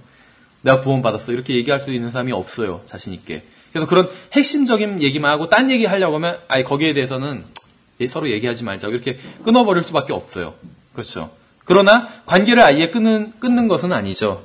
그래서 이단에 대해서는 막 너무 걱정하는 사람들이 있어요. 그래서 이단에 대해서는 드리고 싶은 말은 너무 걱정하지 말라는 것입니다. 하나님께서 그들을 다루실 것이에요. 그래서 이단들과 뭐 논쟁을 크게 할 필요는 없다는 것이에요. 제가 왜 이런 말씀을 드리냐면 어떤 과거에 벌써 오래전 일인데 여호와의 증인에 오랫동안 계셨던 분이 있었어요. 그래서 그곳에서 이제 뭐 신앙생활을 굉장히 오래 했고 영향력도 있었던 분인데 그분이 이제 여호와의 증인에서 구원을 받게 됐어요. 그래서 바른 하나님의 말씀도 알게 됐어요. 근데 문제가 무엇이었냐면 계속 여호와의 증인에 대해서만 생각을 하고 있는 거예요. 구원받고 나서도. 그래서 어떤 의미에서는 좋아요. 여호와의 증인들에게 복음을 증거해야 된다. 이런 부담이 크게 있었어요. 그래서 그거는 좋은데 여호와의 증인들 그 테두리를 결국 벗어나질 못했어요. 그래서 계속 머릿속엔 여호와의 증인에 대한 것들만 가득 차 있었어요. 구원받고 나서도. 거기서 벗어나서 바로 하나님의 말씀으로 성장을 해야 되는데 구원받고 그걸로 끝이고 하나님의 말씀으로 더 이상 성장을 못한 거예요. 계속 여호와의 증인들 그것에 대한 것만 생각을 하고 여호와의 증인들만 만나고 계속 거기만 관계를 갖다 보니까 그러니까 구원받고 나서 그리스도인들과 교제를 나누면서 성장을 해야 되는데 여호와의 증인들에게 물론 이유는 좋죠. 복음을 증거하기 위해서. 근데 여호와의 증인들만 계속 만난 거예요. 그러니까 결국에는 나중에 교회를 다시 떠나더라고요. 그래서 너무 어떤 이단들에 대해서 그렇게 걱정할 필요가 없다는 것입니다. 자기가 이단에 속해 있었다 할지라도 이제 거기서 나왔으면 그것은 뒤로 벗어버리고 하나님 말씀에서 성장할 필요가 있다는 것이에요. 예, 그 다음에 이제 하나님 말씀을 쭉 설명하는 것까지는 쉬워요. 사실은 여기까지는 어렵지가 않은데 이제 결정을 내리도록 인도하는 데 있어서는 약간 쉽지가 않습니다. 그래서 잘못하다가는 강요하는 게 될 수도 있고 또 잘못하다가는 다 얘기해 놓고 조금만 얘기를 더하면 믿을 수 있는 상황이었는데 그걸 안 해가지고 어떻게 보면 낚시를 하다가 고기를 놓쳐버리는 경우도 생기게 되는 것이죠. 근데 이제 결정을 내리도록 인도할 때도 믿음을 강요하면 안 됩니다. 믿음을 강요하다 보면 이제 거짓된 회개를 할 수도 있어요. 오늘날 아마 미국 기독교가 거짓된 회개를 한 사람들이 너무 많다고 합니다. 미국 교회에. 근데 우리나라도 마찬가지인 것 같아요. 그러니까 다른 말로 하면 진정으로 구원받지 않은 사람들이 너무나도 많다는 거예요. 기독교 내에. 그래서 생겨난 이단이 있어요. 로드쉽 셀베이션이라는 거 들어보신 적 있으세요? 로드쉽 셀베이션. 그래서 우리나라 말로는 보통 주권적 구원 이런 표현을 써요. 로드쉽 셀베이션. 주권적 구원 이런 표현을 쓰는데 무슨 말이냐 하면은 구원이 한마디로 쉽지 않다는 거예요. 그래서 구원받은 사람은 거기에 합당한 행위가 있다. 열매가 있어야 된다. 그거는 맞죠. 거기까진 맞아요. 구원받은 사람은 구원에 합당한 열매가 있어요. 그렇죠. 거기까진 맞는데 열매가 없는 사람, 그러니까 구원받은 사람으로서 합당한 행위가 없는 사람들은 믿음을 고백한다 할지라도 구원받은 게 아니다. 이런 식으로 나가버려요. 그럼 구원이 어려워지죠. 행위 구원이 돼버리잖아요. 그래서 여기서 줄을 잘 타야 돼. 이 균형을 잘 잡아야 돼요. 그렇죠. 구원받은 사람이 구원에 합당한 행위가 드러나야 되는 건 사실입니다. 그런데 그런 행위가 없는 사람은 믿었다 할지라도 구원받은 게 아니다. 이렇게 얘기해서는 안 돼요. 그럼 구원이 어려워지는 거예요. 그래서 이런 로드쉽 셀베이션을 가르치는 나름대로는 건전하다고 하고 복음을 증거한다고 그러고 자유주의가 아니라 근본주의 교회들, 보수주의 교회들 중에서 이 로드쉽 셀베이션의 오류에 빠진 교회가 많이 있어요.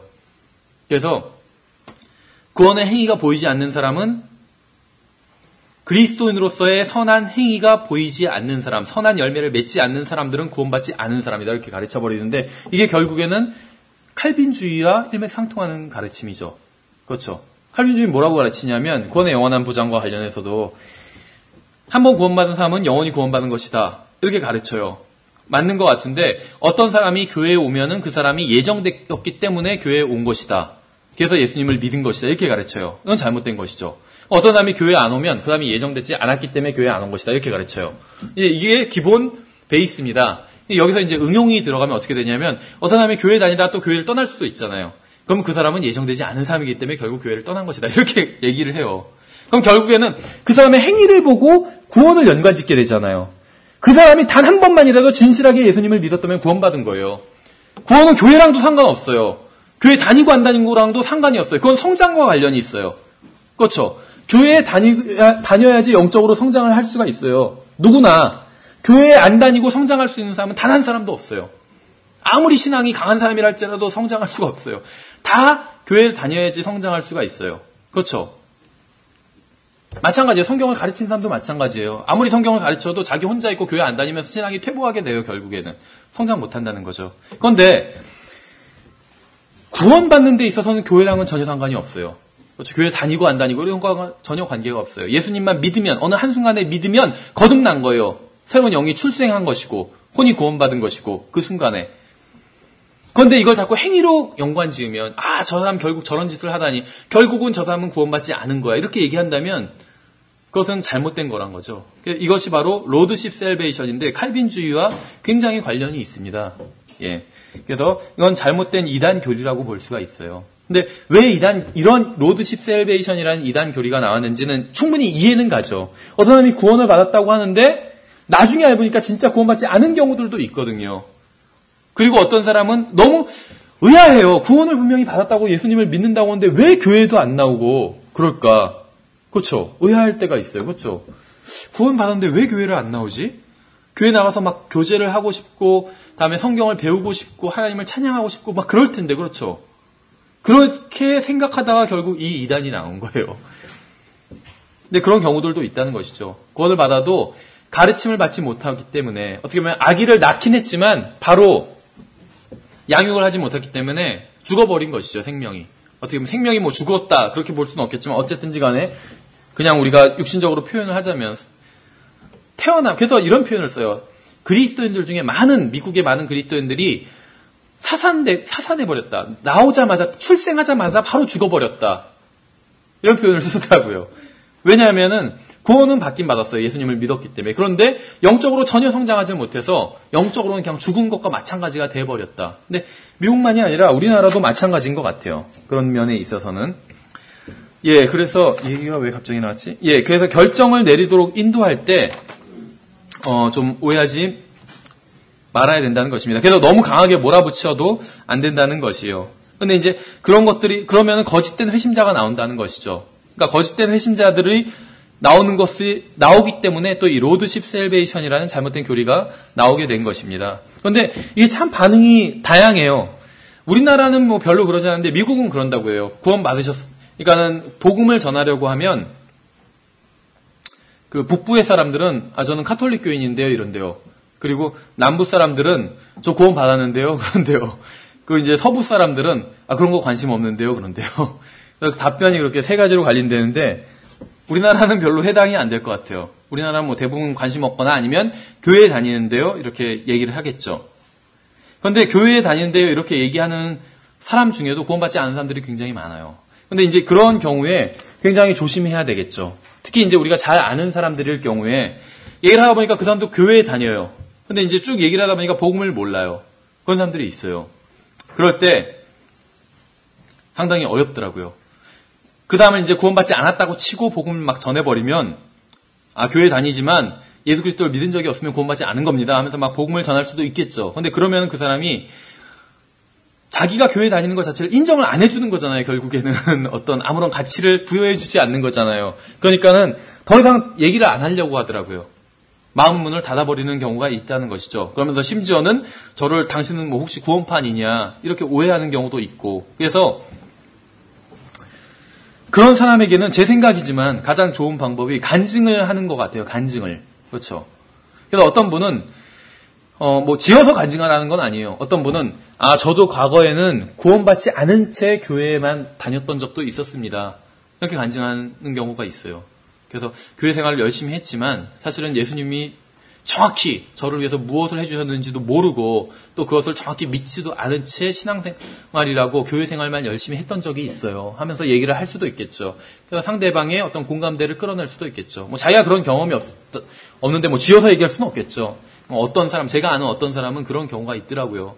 그래서 교회 다니는 사람도 두 종류가 있거든요. 믿음의 확신이 없는 채, 예수 그리스도를 영접하지 않은 채 교회 다니는 사람들이 있고 또 예수 그리스도를 영접하고 교회를 다니는 사람들이 있습니다 하면서 자기 간증식으로 이렇게 복음을 전하는 방법이 있겠죠. 그래서 좀 약간 더 조심을 해야 되지만 기본적으로 전하는 복음의 메시지는 똑같을 수밖에 없어요. 그렇죠. 그 말을 전하는 어떤 포장이 좀 다를 뿐이지. 예, 그래서 그 결단을 촉구하는데도 너무 빠르게 진행을 해서 어떤 강요를 한다든지 아니면 어떤 사람은 강요하지 않는데 그냥 선포하는 스타일로 쭉 일방적으로 자기 할 말만 다 해버리고 끝내버리는 경우들이 있어요. 이건 제가 실제로 경험해 봤어요. 제가 당한 건 아니고 제가 과거에 잠깐 입원했던 적이 있는데 정형외과에 그럼 정형외과에 굉장히 복음을 전하러 많이 옵니다. 왜 그럴까요? 정신과에는 복음을 전하러 갈 수가 없겠죠.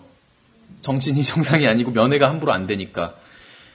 근데 정형외과는 한 번 입원하면 보름에서 한 3주는 입원해 있어야 돼. 뼈가 붙을 때까지. 그리고 나중에 대부분이 다 퇴원을 해요.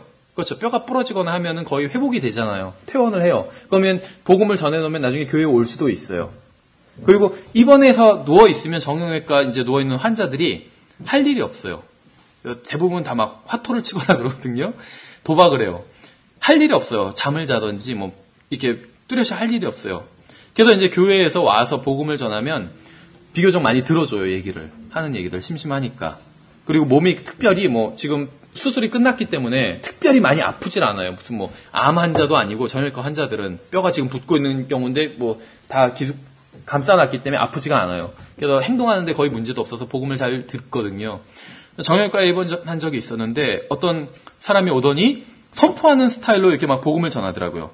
오자마자 뭐 하는 말이 그거예요. 어떤 사람한테 잠시 얘기 좀 할 테니까 시간 내줄 수 있어요? 그러니까 그 환자가 어린 환자였는데 뭐 어른이 와서 그러니까 그 할 일도 없고 하니까는 이제 들어보겠다고 하니까 복음을 전해요. 그래서 당신은 자신이 죄인이라는 사실을 아시죠? 성경은 당신이 죄인이라고 말씀하고 있어요. 성경은 모든 사람이 죄를 지었으므로 하나님의 영광에 이르지 못했다고 말씀하고 있어요. 성경은 한 번 죽는 것은 사람들에게 정해진 것이고 그 뒤에는 심판이 있다고 말씀하고 있어요. 당신은 심판을 받고 지옥에 가게 됩니다. 성경은 지옥의 형벌이 영원하고 말씀하고 있어요. 그런데 예수님만 믿으면 구원받을 수 있다고 말씀하고 있어요. 믿으실 수 있으시겠어요? 그러는 거예요. 그러니까 아이가 그냥 끄떡끄떡한 거예요. 그냥. 그러니까 그럼 이제 영접 기도를 하겠습니다 하고 영접 기도를 딱 하는 거예요. 어떤 사람은 이렇게 그래도 여기엔 복음이 다 들어가 있잖아요. 어떤 사람은 이렇게 해도 안 해요. 제가 그 환자들이잖아요. 그러니까 제가 위해서 기도를 해주려고 하거든요. 그래서 기도를 해드려도 될까요? 그러니까는 기도를 하라고 그러면. 그러니까 그 사람이 딱 기도를 하는데 하나님 오늘 이 어린 양을 저에게 붙여주신 감사드립니다. 그리고 이 어린 양을 구원해주심도 감사드립니다. 하면서 자기가 그냥 영접 기도를 하더라고요. 복음도 안전하고. 그러니까 그런 일방적인 어떤 그런 건 이제 어떤 극단적인 얘기겠지만 일방적으로 막 선포하는 스타일로 막 얘기를 해요. 그 다음에 상대방이 그냥 고개만 끄덕끄덕 하는 걸 보고서는 아 이제 구원받았습니다 하고 확 선포를 해버린다는 것이죠. 모르겠어요. 우리 교회에서는 이런 경우를 많이 못 보셨을 테지만 많이 봤어요. 이렇게 복음을 전하는 경우를. 근데 어떻게 보면 이런 경우를 많이 못 본 게 복음 전하는 걸로 별로 우리 교회에서 관심이 많지 않고 경쟁이 없기 때문에 그래요.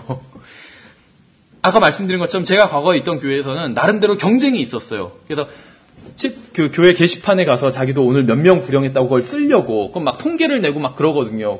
또 담임 목사님은 막 발표를 해요. 이번 주에는 누가 제일 복음을 많이 전했다고 그러고 칭찬도 받고.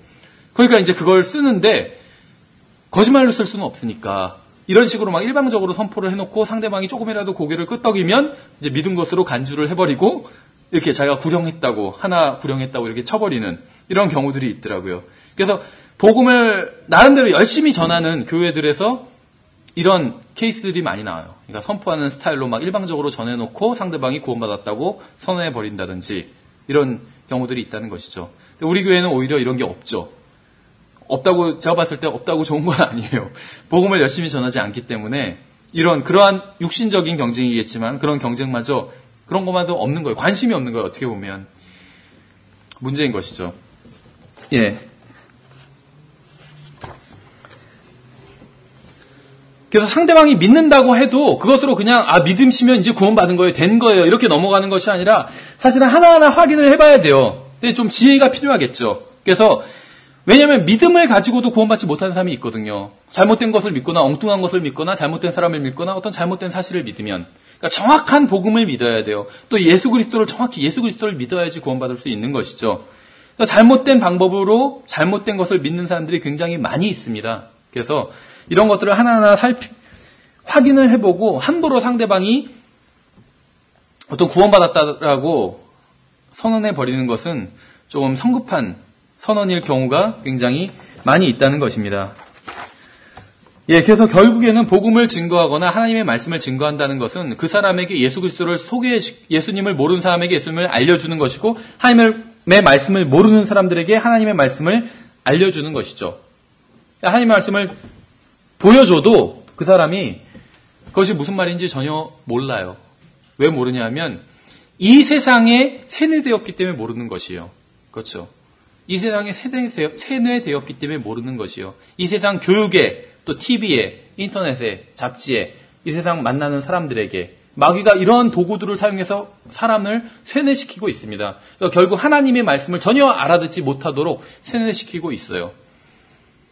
그래서 하나님의 말씀을 모르는 것이요. 그래서 하나님의 말씀을 증거한다는 것이 그 사람에게 하나님의 말씀을 보여주고 그 하나님의 말씀이 무엇을 뜻하는지 하나하나 설명해 주는 것. 어떤 경우에 한 단어들을 다 설명해 줘야 되는 경우들도 있겠죠. 그래서 결국에는 그 사람이 하나님을 만날 수 있도록 우리가 화해의 직분을 받았다고 그랬잖아요. 중지하는 역할을 하는 것이 바로 복음 전도자의 일이라는 것입니다. 그래서 어떤 목사님이 쓰신 책 중에 청중을 하나님 앞에 세우는 설교자라는 제목의 책이 있어요. 그러니까 설교자가 하는 일은 무엇이냐면 청중을 하나님 앞에 세우는 것이다. 하나님과 만나게 해주는 것이다. 이 일이라고 하는데 복음 전도자도 마찬가지입니다. 복음을 들어야 되는 그 대상이 하나님과 만나게 해주는 것, 하나님의 말씀과 만나게 해주는 것, 이것이 바로 복음 증거자가 해야 될 일이라는 것이죠.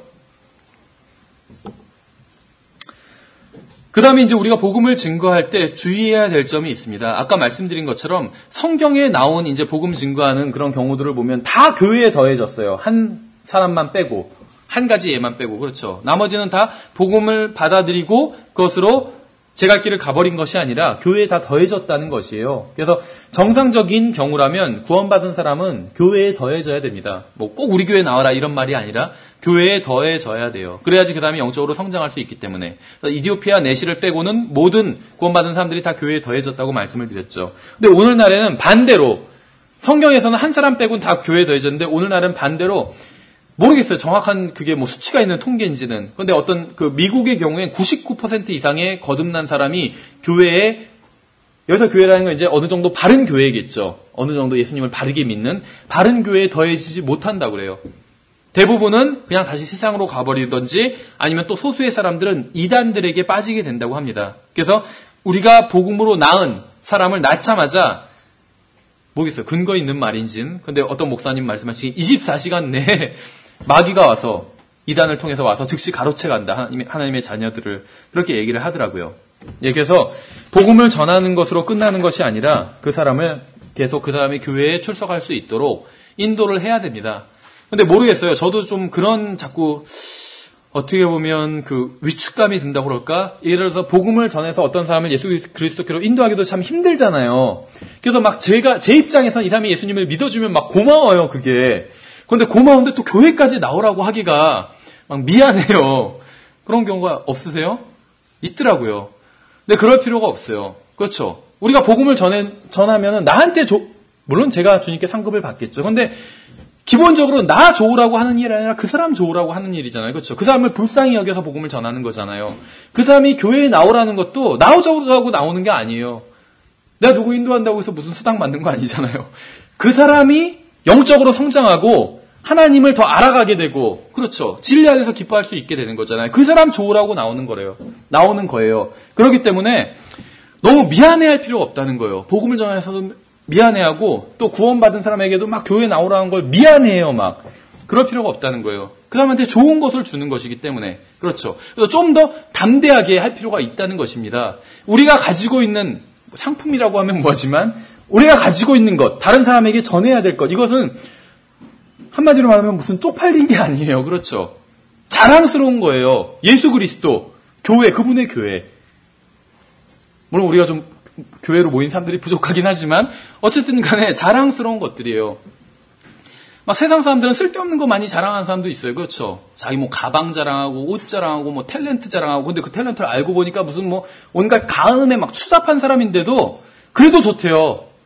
그런 사람들이 있어요. 요즘은 참 다양하더라고요. 예전에는 어떤 도덕적으로 어떤 흠결이 드러나면 그 사람을 싫어했어요, 사람들이. 그렇죠. 유명인 중에. 근데 지금은 그래도 좋대요. 그것도 능력이라고 하면서 그래도 좋다고 하더라고요. 막 자랑하더라고요.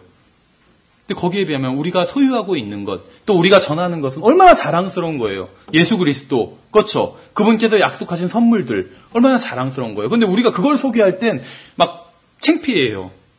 그럼 뭔가 문제가 있다는 것이죠. 그렇죠. 예, 그래서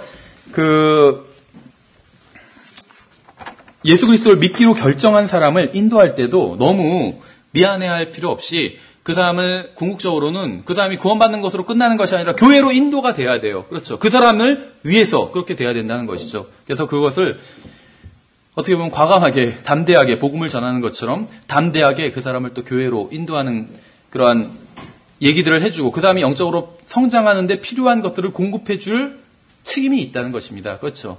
복음을 통해서 내가 그 사람을 낳은 거잖아요. 낳아놓고 그냥 버려두면 안 되잖아요. 그 사람이 잘 자랄 수 있도록 도와줄 책임이 있어요. 내가 복음을 증거한 그 사람을 내가 도와주지 않으면 누가 도와줄 수 있겠어요. 그렇죠. 예, 그래서 그 복음 전하고 어떤 사람이 구원받았다고 해서 그것으로 끝나는 것이 아니라 그 사람이 영적으로 성장할 수 있도록 교회로 인도하고 그러한 일까지도 해야 된다는 것입니다. 아마 구령하러 갑시다. 여기서도 약간 좀 반복되는 내용입니다. 예, 그래서 우리가 이 3과 내용 두 타임에 걸쳐서 살펴본 것을 이제 정리를 하겠습니다. 그래서 정리를 하면 구령자가 되기 위해서 복음을 전하기 위해서는 지금 우리가 알고 있는 지식만으로도 충분해요. 그렇죠. 복음은 쉬운 것이고 쉬운 것이기 때문에 그것을 전하기도 쉬워요. 우리가 뭐 지어내야 할 필요도 없고 뭐 소설을 써야 될 필요도 없어요. 내가 지금 믿고 있는 것 그것을 전하면 돼요. 근데 내가 모르는 걸 물어보면 솔직하게 얘기하면 돼요. 내가 그것을 잘 모릅니다. 근데 내가 아는 것을 말씀드릴게요 하면서 내가 믿고 있는 그 복음을 전하면 되잖아요. 그래서 복음을 전하는 건 쉬운데 구령자가 되기 위해서는 성경을 좀 알아야 돼요. 이것은 약간 어려울 수도 있는 것이죠. 그래서 성경을 그래서 연구해야 될 필요가 있다는 것입니다. 그래서 성경을 알고 또 지혜를 구해야 돼요. 오늘 새벽에 제가 그 웹진에 이제 웹진 보시나요? 하여튼 웹진에 글을 올리는데 모르겠어요. 우리 교회 분들도 많이 보시는데 외국 분들이 많이 보시더라고요, 더. 그래서 웹진에 글을 그 제임스 낙스 목사님이 쓴 그 자주 하는 질문들 이거를 정리한 게 있어요. 한 60개 정도를. 그래서 그거를 거기서 한 40개 정도만 빠르게 번역해서 올렸습니다, 새벽에. 그런데 어떤 질문들은 답변이 좀 성의 없는 것들도 있어요. 그런데 어떤 것들은 좀 지혜가 넘치는 답변들이 있더라고요. 그래서 어떻게 제임스 낙스 목사님이 이렇게 지혜롭게 답변했을까? 하나님께서 공급해 주셨겠죠, 그 지혜를. 어떤 질문이 있었냐면 왜 유대인들과 이방인들은 서로 미워하나요? 이런 질문이 있었어요. 그러니까 아마 우리나라에서는 약간 좀 그런데 미국에서는 좀 자주 묻나 봐요. 유대인 문제가 미국에서는 좀 더 큰 문제잖아요. 그리고 미국이 적극적으로 개입하고 있잖아요, 유대인 문제에. 그래서 이제 왜 유대인들과 이방인들은 왜 유대인들과 아랍인들은 서로 미워합니까? 이렇게 질문하니까 답변을 어떻게 했냐면 그들은 예수 그리스도도 모르고 예수 그리스도의 사랑도 모르기 때문에 서로 미워하는 것입니다. 이렇게 답변하더라고요. 뭐 유대인이 옳다, 아니면 이방인이 옳다 이런 얘기를 안 하고 예수님을 모르기 때문에 서로를 미워하는 것입니다. 이렇게 얘기하더라고요. 맞죠? 우리가 예수님을 믿는 사람인데 만약에 서로 미워한다면 우리가 예수님을 아직 잘 모르는 거예요. 그래서 서로 미워하는 거예요. 어떤 교회는 교회에 서로 미워하는 사람들이 있어요. 막 파가 있고. 왜 미워하냐면 구원받았다 할지라도 예수님을 모르니까 미워하는 거예요. 예수님을 잘 안다면 서로 미워하지 않게 돼요. 그렇죠? 그 이제 이런 질문을 했더라고요. 이제 동성연애가 미국에는 꽤나 많아요. 우리나라도 지금 동성연애가 많이 만연해 있습니다. 제가 뭐 TV를 안 봐서 모르겠는데 그 기사를 보니까 아는데 동성연애 관련된 요즘 드라마도 나온다면서요. 제목이 인생은 아름다운가요? 예, 그래서 동성연애 나온다면서요. 근데 지금 불과 10년 전, 20년 전만 해도 동성연애를 굉장히 금기시하고 죄악시했어요. 우리나라에서도. 그 성경에서는 동성연애를 돌로 쳐 죽이라고 했어요. 성경에서 돌로 쳐 죽일 만한 죄들을 열거하는데 살인, 강간, 그다음에 납치, 그렇죠. 동성연애예요. 그 기타 등등 몇 가지가 있는데 돌로 쳐 죽일 만한 죄. 그러니까 뭐 재물을 바쳐도 소용없고 그냥 재단이 있어도 끌어내서 돌로 쳐 죽이라고 한 죄 중에 하나가 동성연애거든요. 근데 지금 많이 그걸 허용하고 있잖아요. 동성연애를. 그렇죠. 근데 동성연애에 대해서 항상 사람들이 하는 질문 중에 하나가 무엇이냐면 나중에 동성연애를 하게 된 사람들은 그럼 그게 죄를 지은 건데 태어난 사람 어떻게 하냐. 그렇게 태어난 사람 있죠. 성향을 가지고 태어난 사람. 그래서 보통 사회에서 어떻게 얘기하냐면 그런 사람들은 정신과 치료를 받아야 된다. 그렇게 얘기를 해요. 제임스 낙스 목사님은 어떻게 대답하냐면 지혜롭게 대답하더라고요. 죄의 성향이란 것은 누구나 가지고 태어납니다. 이렇게 얘기를 하더라고요. 동성연애의 성향만 가지고 태어나는 것이 아니라 도둑질하고 간음하고 훔치고 하나님을 미워하고 그런 성향을 다 가지고 태어난다는 거예요. 근데 자기가 그 성향을 가지고 태어났다고 해서 그걸 해도 되는 게 아니라는 거예요. 동성연애의 성향을 어떤 사람은 가지고 있다고 해서 그걸 해도 되는 게 아니라는 거예요. 하나님 앞에서 회개하고 예수 그리스도를 믿어야 됩니다. 그렇게 답변을 하더라고요. 그래서 이 사람 근데 그렇게 동성연애의 성향에 대해서 그렇게 답변하는 건 전 처음 봤거든요. 지혜롭더라고요. 굉장히 복음적이고. 그렇죠. 그럼 나중에 이제 또 답변 어떻게 하냐면 또 다른 질문에 대해서 어떻게 뭔 어쩌죠? 그러면 그런 것들은 책을 추천해줘요. 그래서 이제 주로 자기 책들 성령의 열매를 읽어보세요. 이런 식으로.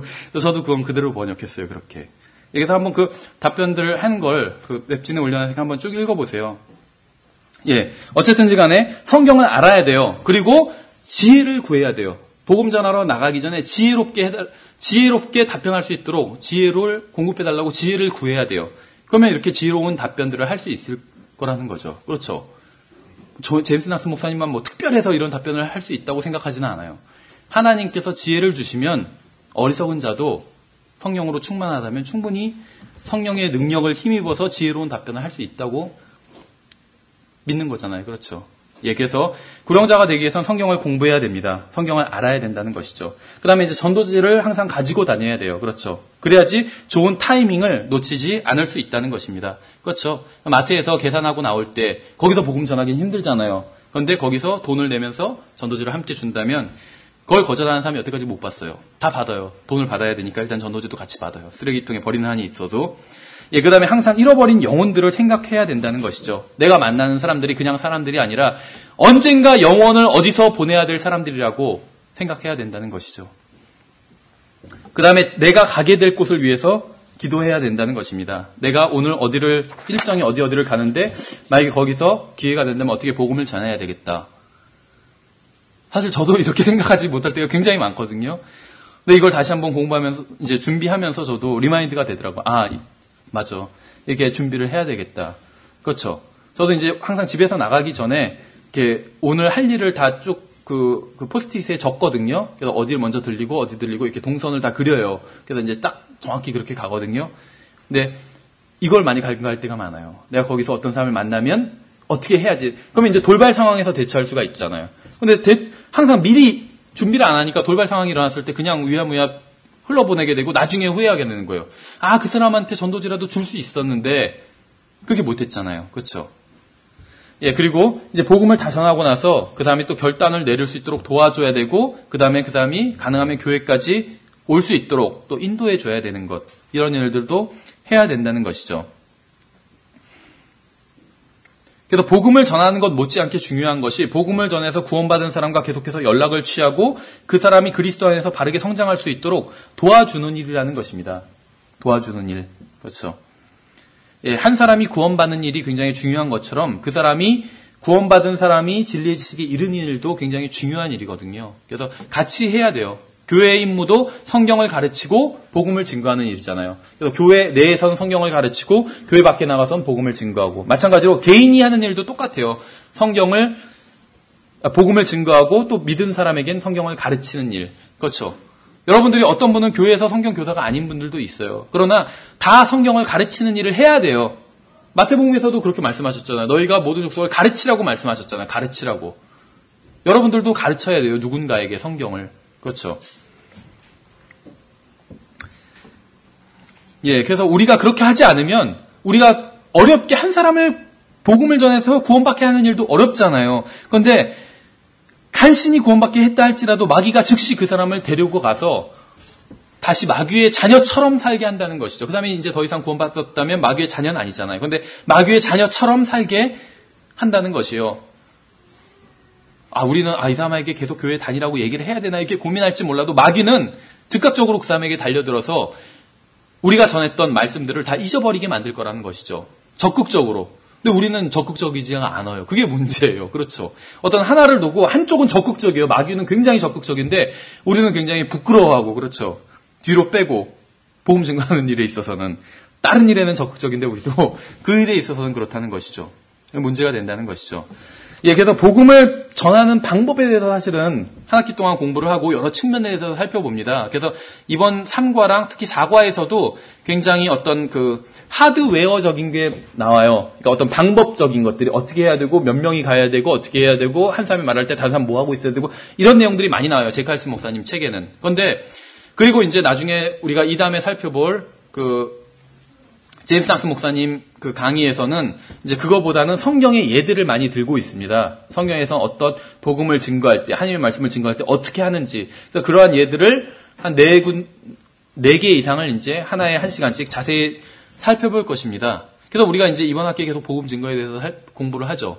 가장 구원받은 사람이 가장 먼저 해야 될 일은 복음을 증거하는 일이에요. 그렇죠. 그 교회를 시작해서도 가장 먼저 해야 될 일은 복음을 증거하는 일이에요. 그렇죠. 구원받은 지 오래된 사람도 지속적으로 해야 될 일은 복음을 증거하는 일이에요. 그런데 문제는 뭐냐면 복음을 증거하지 않는 사람들이 너무나도 많다는 거죠. 그런데 그렇게 복음을 증거하지 않는 이유가 복음을 잘 전하지 못해서 증거하지 못한다.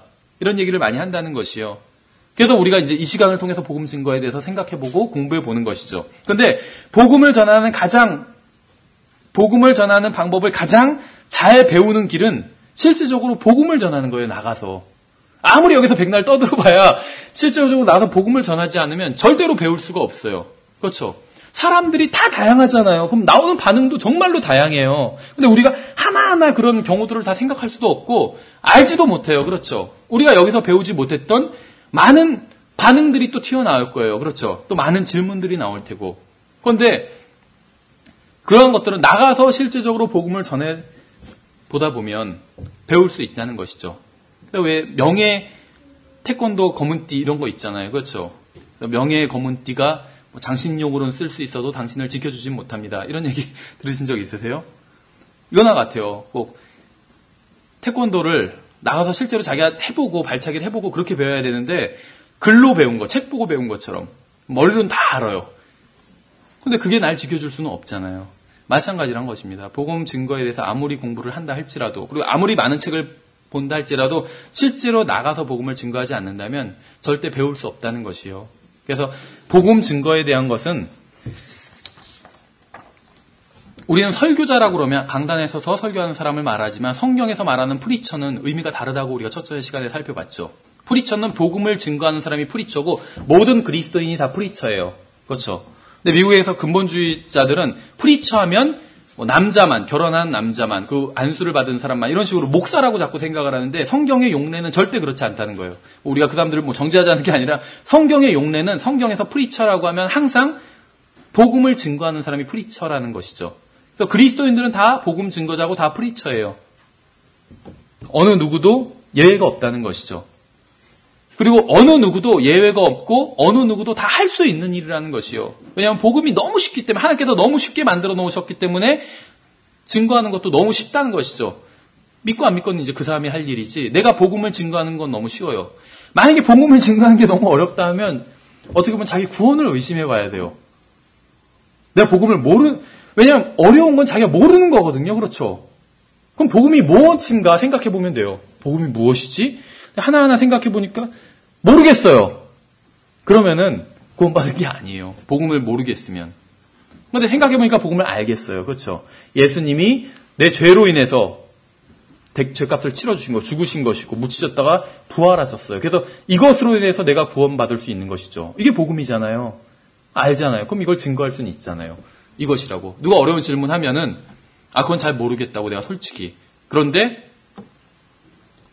내가 아는 걸 먼저 얘기를 해주겠다고. 이렇게 얘기할 수 있겠죠. 그래서, 자세한 얘기들은, 제가 말씀드린 대로, 제가 쓴 책에, 이렇게 바람 아래서 뿌리고 구름 위에서 거둔다가 2과 3과 내용입니다, 사실. 그래서 읽어보시면 나와 있고, 지금 시간이 거의 다 됐는데, 이 4과 내용은 제카일스 목사님의 Let's Go Soul Winning이라는 책이 있습니다. 이 책 소개까지만 하고 오늘은 마칠게요. 그래서 다음 시간은 이 4과 내용을 가지고 우리가 1시간 동안 살펴보도록 하겠습니다. 근데 제가 이제 첫 시간에 추천해준 책들 중에 한 권이었는데 이게 저도 오늘 검색해보니까 절판이 됐더라고요. 이걸 Let's Go Soul Winning을 구령하러 갑시다.